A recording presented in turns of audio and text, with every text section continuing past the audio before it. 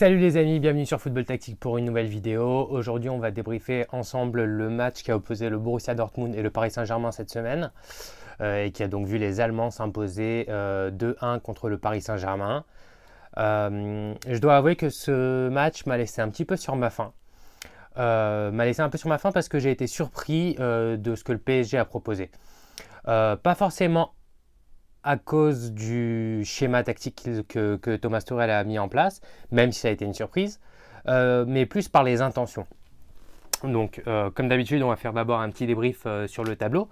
Donc, le PSG, ici en bleu, s'est proposé, comme on l'a vu, en 3-4-3. C'est vrai que c'était une surprise. Dans un premier temps, j'étais un petit peu déçu parce que je trouvais que le 4-4-2 tournait de mieux en mieux, surtout offensivement. Il y avait des vraies certitudes dans le jeu offensif. Le PSG, comme on l'avait vu sur la vidéo avant le match, avait très bien travaillé ce côté attirer le pressing adverse, trouver les joueurs entre les lignes, avec beaucoup de joueurs entre les lignes, dans le bloc adverse, etc.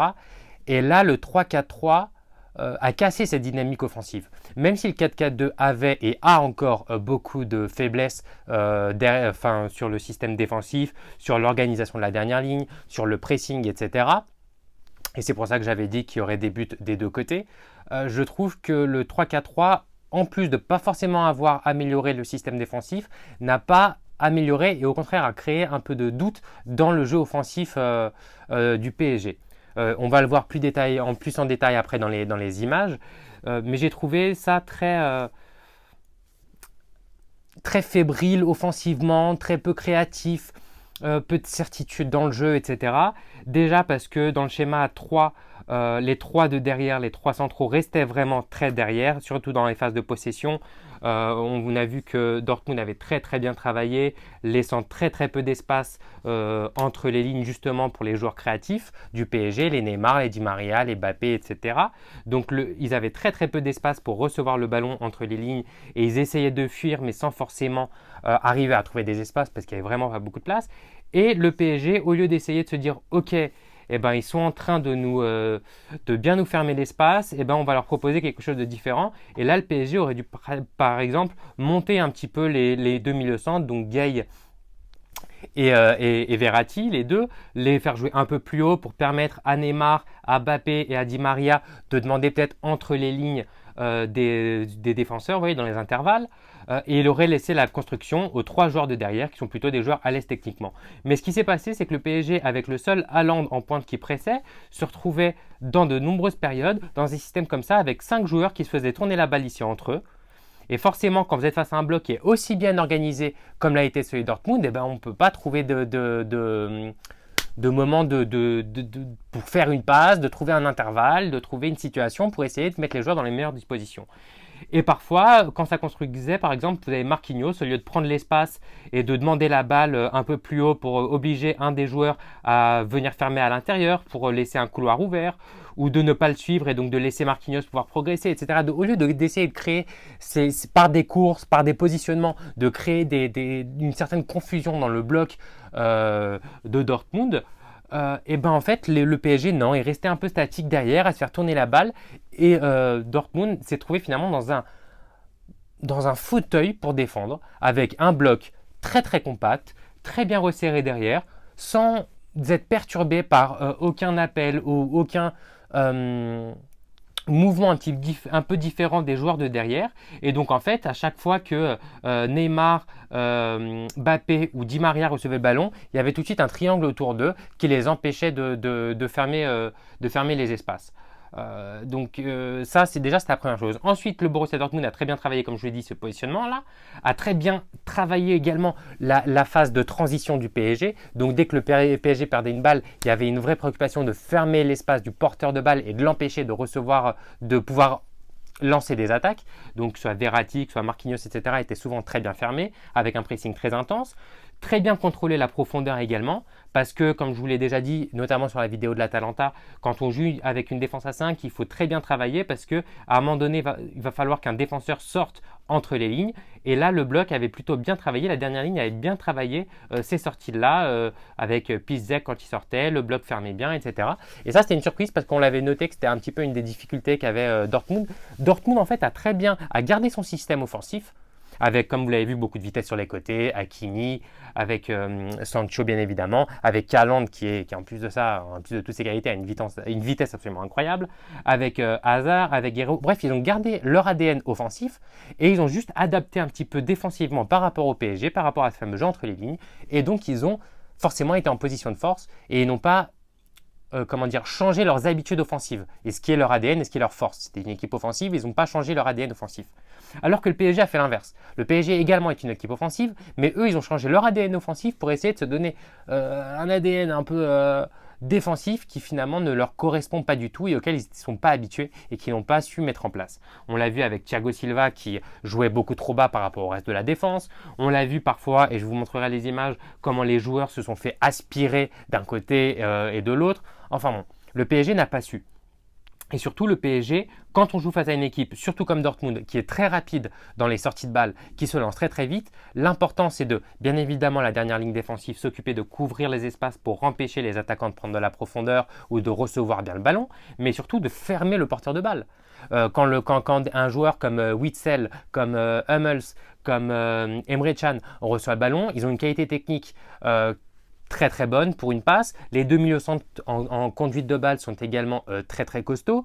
Donc il faut tout de suite les fermer, les empêcher de progresser pour permettre au bloc de se reconstruire et de passer d'une phase de transition à une phase de possession où le Borussia Dortmund avait un petit peu plus de difficultés.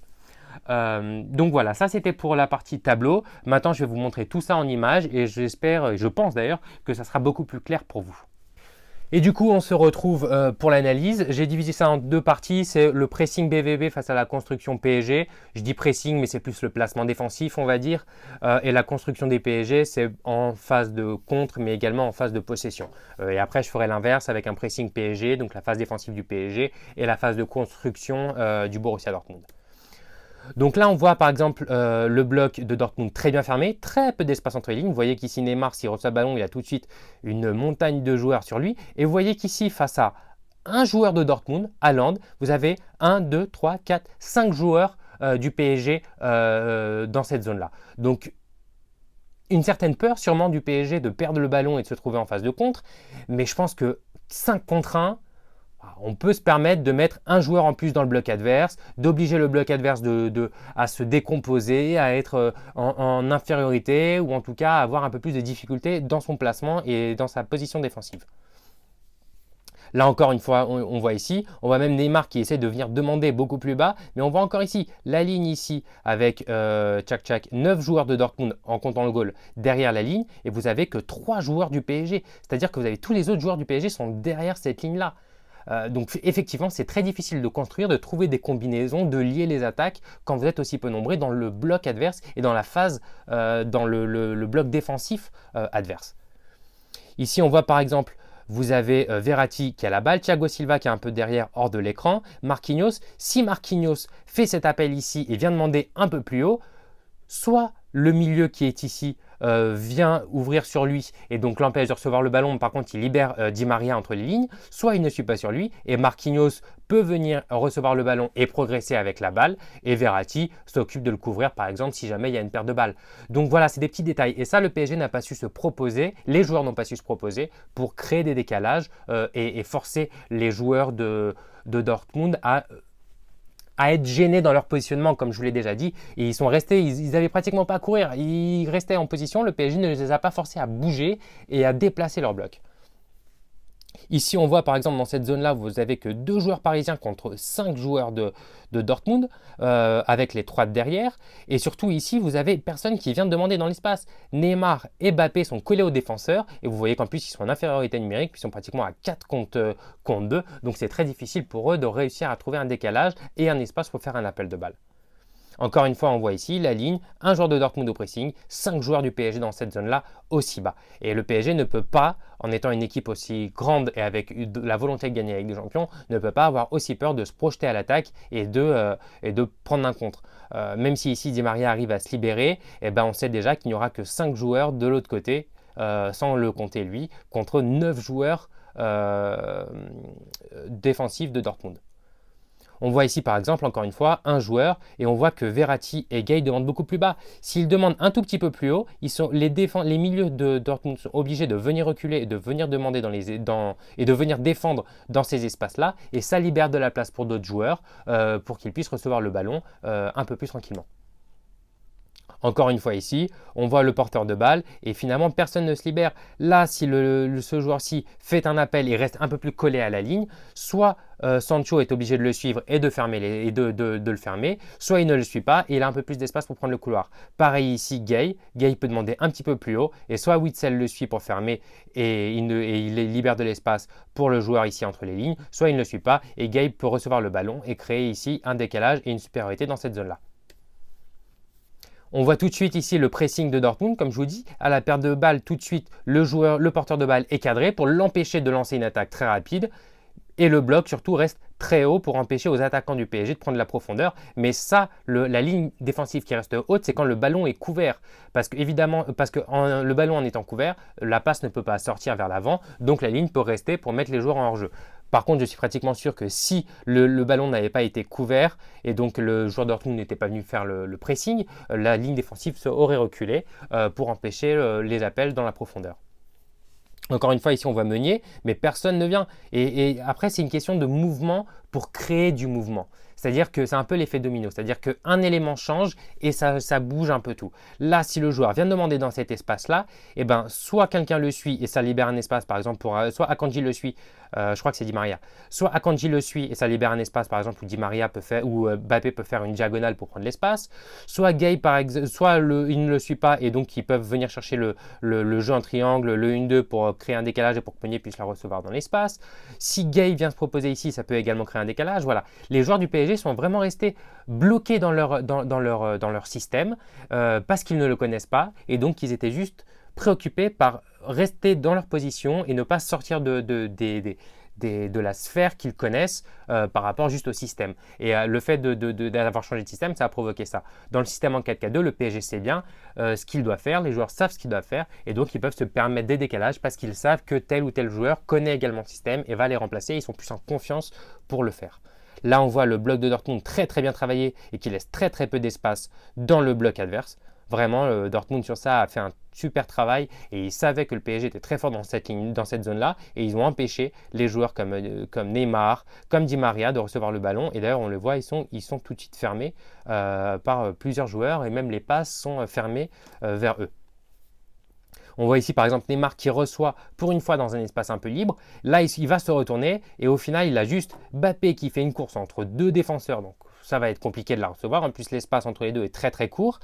Il a un joueur qui va fermer sur lui, mais s'il avait un joueur ici pour venir chercher un 1-2, comme Neymar aime bien parfois pour pouvoir démarrer vers le but, et même comme je vous dis, si un joueur est situé ici, il ne va pas forcément lui faire la passe Neymar, mais ça va peut-être créer la confusion dans le milieu adverse qui va devoir fermer sur le joueur, et donc Neymar aura plus de place pour enchaîner un dribble, ou alors Neymar va le chercher pour faire un 1-2. Bref, ça va créer un décalage qui permettrait au PSG d'avancer et de préoccuper un peu plus le bloc de Dortmund. Là, encore une fois, on voit ici beaucoup trop de joueurs derrière la ligne de la balle. On voit ici, il n'y en a que 2 joueurs. Vous avez vu, derrière cette ligne-là, il n'y a que 2 joueurs. Là, s'il y avait déjà eu 2 joueurs dans cette zone-là, eh ben, on aurait pu avoir un PSG un peu plus gênant pour la défensive adverse parce que les milieux auraient été obligés de descendre un peu ou alors il ne s'est pas descendu et ça aurait créé des zones pour recevoir le ballon. Bref, ça aurait créé du mouvement et ça aurait pu gêner un peu plus la défensive de Dortmund qui, comme je l'ai dit, était vraiment dans un fauteuil dans ce match-là. Encore une fois, on voit ici le pauvre Kurzawa qui reçoit le ballon et ici, il n'a personne avec qui combiner, personne avec qui faire une passe. Verratti reste trop bas, Gay aussi et personne ne se propose pour faire un 1-2. Alors que ça, ce sont des positionnements où dans le 4-4-2, Verratti apparaît ici pour combiner, pour chercher le 1-2, pour essayer ensuite de trouver une passe dans le dos de la défense. Et là, personne. Les joueurs du PSG avaient peur. Encore une fois, on voit ici, vous voyez, hop, la ligne défensive, enfin la ligne de milieu de terrain de Dortmund ici et on voit très peu de joueurs dans cette zone-là. Pourquoi ce joueur-ci ne la demande pas un petit peu plus haut? Là, il reçoit, il est tout de suite cadré, alors que s'il demande là, eh ben, ça peut tout de suite créer un décalage. Donc encore une fois, cette idée de peur, on voit Gay également très bas. Enfin voilà, c'est toujours cette idée de peur et de se projeter et de proposer dans le bloc adverse. Donc maintenant, on va faire l'inverse, c'est le placement défensif du PSG contre la construction de Dortmund. Là, on voit que Dortmund, c'est totalement différent. Vous voyez, déjà, il y a beaucoup plus d'espace dans le bloc du PSG. On voit Sancho qui peut demander, vous voyez, toute la zone qu'il a pour recevoir le ballon et ensuite pouvoir se retourner et orienter le jeu. Là, encore une fois, à la construction, on voit Akanji tranquillement qui a le ballon et personne qui le presse. On voit beaucoup d'espace entre les deux joueurs. On ne voyait pas autant d'espace dans le bloc de Dortmund, vous l'avez vu. Et le joueur ici, entre les lignes, peut recevoir le ballon sans trop de difficultés. Pareil ici, vous voyez la taille de la zone entre le milieu de terrain du PSG, on ne voit même pas la défense. Donc là, vous voyez que dans l'espace, on peut lui glisser le ballon, il peut le recevoir. Je crois que c'est Sancho sans aucune difficulté. Côté droit, pareil, le joueur est ouvert. Donc le milieu du PSG se faisait aspirer, c'est-à-dire que le PSG est un peu tombé dans son propre piège. Et là, on voit encore une fois, le joueur peut relancer, Sancho est libre pour recevoir le ballon, personne ne ferme l'espace. Quand on joue contre une équipe qui aime se lancer vite vers l'attaque, qui est très verticale, ce qu'il faut, c'est fermer le porteur de balle. Parce qu'une fois que les joueurs ont pris de la vitesse, c'est trop tard. On le sait. C'est-à-dire que si le PSG avait des défenseurs de la vitesse de Sancho, de Hollande, de Hazard, etc., ça serait. Ce n'est pas le cas. Donc ce qu'il faut le faire, c'est quoi? C'est être très fort pour empêcher ces joueurs-là de recevoir le ballon. Encore une fois, on voit ici, vous voyez, pour le PSG pense qu'il est en place, mais regardez, la ligne de passe est énorme. Et d'ailleurs, là, c'est sur l'action qui donne le 2-1. Reina qui va recevoir le ballon sans que personne soit dans son dos pour fermer, sans que personne soit sur la ligne de la passe. Donc, il peut recevoir le ballon et se retourner sans la moindre difficulté. Et on voit tout de suite sur l'action d'après. Et le fait qu'en fait, ils reçoivent le ballon ici, ça oblige le pauvre Kimpembe à fermer sur son côté droit parce qu'il y avait un joueur qui faisait un appel. Et donc, ça laisse beaucoup d'espace. Et là, tout de suite, en faisant sa course, il va laisser Haaland presque en 1 contre 1 avec Thiago Silva. Alors que si, voilà, on revient ici, si par exemple Marquinhos était venu fermer Reina pour l'empêcher de se retourner, il aurait été obligé de faire jouer et donc Kimpembe aurait pu maintenir sa position dans l'axe et ne pas permettre à Reina de progresser vers le but et de laisser Hollande en 1 contre 1 avec Thiago Silva. Là encore une fois, vous voyez, sortie de balle de Dortmund.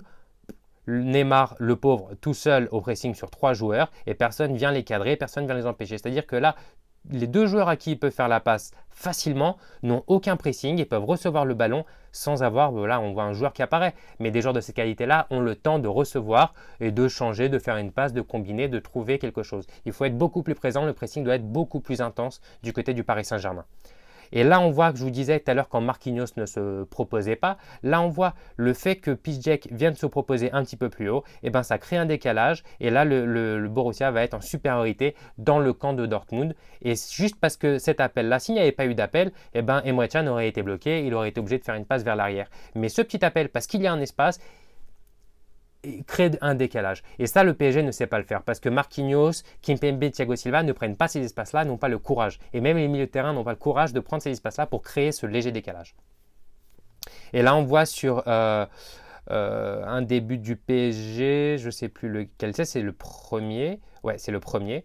On voit ici en fait que la défense du PSG, le fait d'avoir autant d'espace et que Thiago Silva joue aussi bas, qu'est-ce que ça provoque? Ça provoque que Kimpembe est obligé de venir se rapprocher d'Hollande. Pourquoi? Parce que Thiago Silva est trop loin, donc il se sent obligé de venir le fermer pour l'empêcher de prendre de l'espace. Ça, c'est en temps 1. En temps 2, Hollande a réussi à trouver ensuite en une touche, et ça je vous avais dit que sur le jeu en une touche, en pivot, il était très fort, a réussi à trouver le joueur qui venait de derrière, et là le décalage est fait. Et là on voit le pauvre Kurzawa qui est déjà en 2 contre 1 face au joueur de Dortmund. Il reçoit le ballon, là Kurzawa est obligé de fermer dans l'axe et le joueur Hakimi a tout le champ pour recevoir le ballon et faire un centre. Ensuite ça fait un cafouillage, ça fait but, etc. Mais c'est juste l'erreur de placement de Thiago Silva qui oblige Kimpembe à fermer plus dans l'axe qu'il n'aurait dû. Parce que si Kimpembe maintient son positionnement qui aurait dû être vers ici et que Thiago Silva avait mieux fermé sur Hollande, eh ben Kurzawa n'aurait pas été tout seul en 2 contre 1 sur son côté gauche. Et encore une fois, on voit ici Kurzawa qui sort au pressing et le couloir totalement libre pour qu'Hakimi puisse recevoir sur son côté sans aucune difficulté. On voit également que sur les comptes, ça on en avait déjà parlé sur l'analyse de Dortmund, équipe très très forte, qui se projette très très bien, qui attaque les 4 couloirs avec beaucoup de vitesse. Mais encore une fois, on voit que sur le pressing, en tout cas sur la perte de balle, les joueurs de Dortmund sortent trop rapidement, trop facilement la toile parisienne, qui n'est même pas une toile, parce qu'elle n'existe même pas. Mais les joueurs de Paris ne peuvent pas laisser les joueurs de Dortmund prendre autant de vitesse et sortir et recevoir le ballon pour justement se lancer à l'attaque. Parce qu'on a vu qu'ils sont extrêmement dangereux sur ces phases-là. Pourtant, le PSG avait essayé de bien commencer et on voit que c'était pas le défenseur, donc c'était pas Marquinhos qui venait doubler sur. Enfin, ils ont bien commencé. J'ai compris l'idée, c'est-à-dire que c'était un des milieux défensifs, donc ici Gay, qui venait apporter la couverture à Meunier pour défendre sur les deux joueurs de côté de Dortmund. Le problème, c'est que ça délaissait beaucoup l'axe. Là, ici, on voit que Dortmund, dans cette zone-là, était en supériorité. On voit que, par exemple, Di Maria était un peu loin et que là, le joueur peut recevoir assez facilement. Alors que si c'était Marquinhos, Gay aurait pu fermer l'axe, ça aurait été un peu plus simple pour contrôler l'axe du terrain. Ici, on voit également sur la phase de contre, on voit tout de suite Dortmund très bien et on voit surtout le pressing et le pressing qui oriente le porteur de balle sur le côté. Emre Can vient fermer sur Di Maria et l'oblige à jouer sur un côté et donc il ferme cette option de passe vers l'avant direct que Di Maria aurait pu avoir et aurait pu venir chercher Mbappé par exemple dans la profondeur. Encore une fois, ici on voit le bloc de Dortmund, très très fort, très très intense sur l'équipe parisienne et un bloc surtout qui ne se désunit pas, où il n'y a absolument aucune place entre les lignes. Et on voit encore ici une fois, voilà, vous voyez, le porteur de balle a beaucoup de place. Cette option de passe ici, Witsel a tout l'espace du monde pour recevoir le ballon. Le joueur ici a tout l'espace pour recevoir le ballon. Donc les lignes du PSG beaucoup trop distantes, beaucoup trop d'espace pour le porteur de balle, pour les receveurs. Vous voyez que sur l'image juste avant, vous voyez qu'ici le porteur de balle n'a pas de place et les receveurs ici, ils n'ont aucune place. On voit bien ici entre l'une et l'autre la différence et c'est pratiquement sur la même zone du terrain. Ici, on voit que c'est pratiquement sur la même zone du terrain. On voit qu'il y a quand même une énorme différence dans l'intensité du bloc. Le PSG a laissé beaucoup trop d'espace à Dortmund, alors que Dortmund, lui, n'a laissé absolument aucun espace au PSG pour jouer. Donc voilà, c'était la petite analyse de ce Borussia PSG qui m'a laissé un peu sur ma faim. J'étais vraiment déçu que le PSG et que Thomas Tuchel changent de plan. Parce que oui, le PSG a des défauts dans son 4-4-2. Oui, la dernière ligne défensive n'est pas bonne. Le contrôle de la profondeur n'est pas bon. L'équipe se fait pas mal aspirer, etc. Dans le dos des latéraux, c'est compliqué. Mais offensivement, c'est une équipe qui est extrêmement dangereuse et qui est capable de marquer à n'importe qui avec les 4 de devant. Et surtout, c'est une équipe qui se connaît, où Verratti se sent à l'aise, où Gay se sent à l'aise également. Neymar se sent très bien parce qu'il y a des options avec qui combiner. Et là, le PSG, dans ce schéma-là, a laissé finalement, a coupé les jambes un peu à son quatuor offensif, les a un peu laissés devant en mode débrouillez-vous. Sauf que Dortmund a très bien défendu, très bien fermé les espaces. Et quand il y a des espaces fermés et qu'il y a l'impossibilité de rentrer dans ce bloc-là, et qu'il y a surtout très peu de joueurs dans le bloc, ça devient compliqué de progresser. Le PSG aurait dû être beaucoup plus patient face à des équipes comme ça, c'est ça, être beaucoup plus patient, rentrer dans le bloc, sortir du bloc, jouer à l'intérieur, en une touche de balle, ressortir pour essayer de créer des décalages, un joueur qui rentre, un joueur qui sort, pour essayer d'endormir un petit peu Dortmund, les obliger à étirer le bloc, changer de côté, aller à gauche, aller à droite, etc. Parce que les efforts, on les fait une fois, deux fois, trois fois, on bascule le bloc une fois, deux fois, trois fois, au bout d'un moment, on en a marre. Et le bloc s'étire un petit peu et là il y a des espaces pour pouvoir rentrer. Le PSG n'a pas été assez patient, le PSG n'a pas joué à l'intérieur du bloc de Dortmund, n'a pas essayé de rentrer pour sortir, comme je vous dis, pour créer ce décalage là, et Dortmund en a profité. Comme je vous dis, ils ont défendu vraiment dans un fauteuil, ils n'ont même pas eu besoin de faire énormément d'efforts pour défendre parce que le PSG tournait autour et n'a pas réussi jamais à rentrer, alors que Dortmund, eux, ils ont travailler un petit peu leur système défensif, moins d'espace entre les lignes, et ils ont gardé leur ADN offensif avec les flèches sur les côtés, avec Haaland en pointe, et au final ça fait 2-1 pour le Borussia Dortmund. Donc j'espère évidemment que pour le match retour, Thomas Tuchel va se faire confiance, va faire confiance à son équipe et à son 4-4-2. Il y aura des buts si c'est le cas.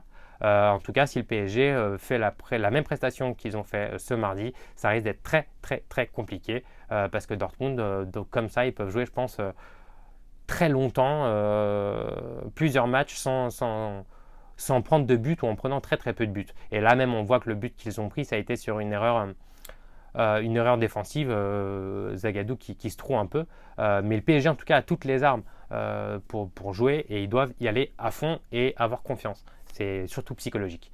Donc voilà les amis, c'était ma petite analyse de ce Borussia PSG. Comme d'habitude, si vous avez des commentaires ou si vous avez un avis différent, ça m'intéresse. Donc n'hésitez pas à commenter et à lâcher ça en commentaire.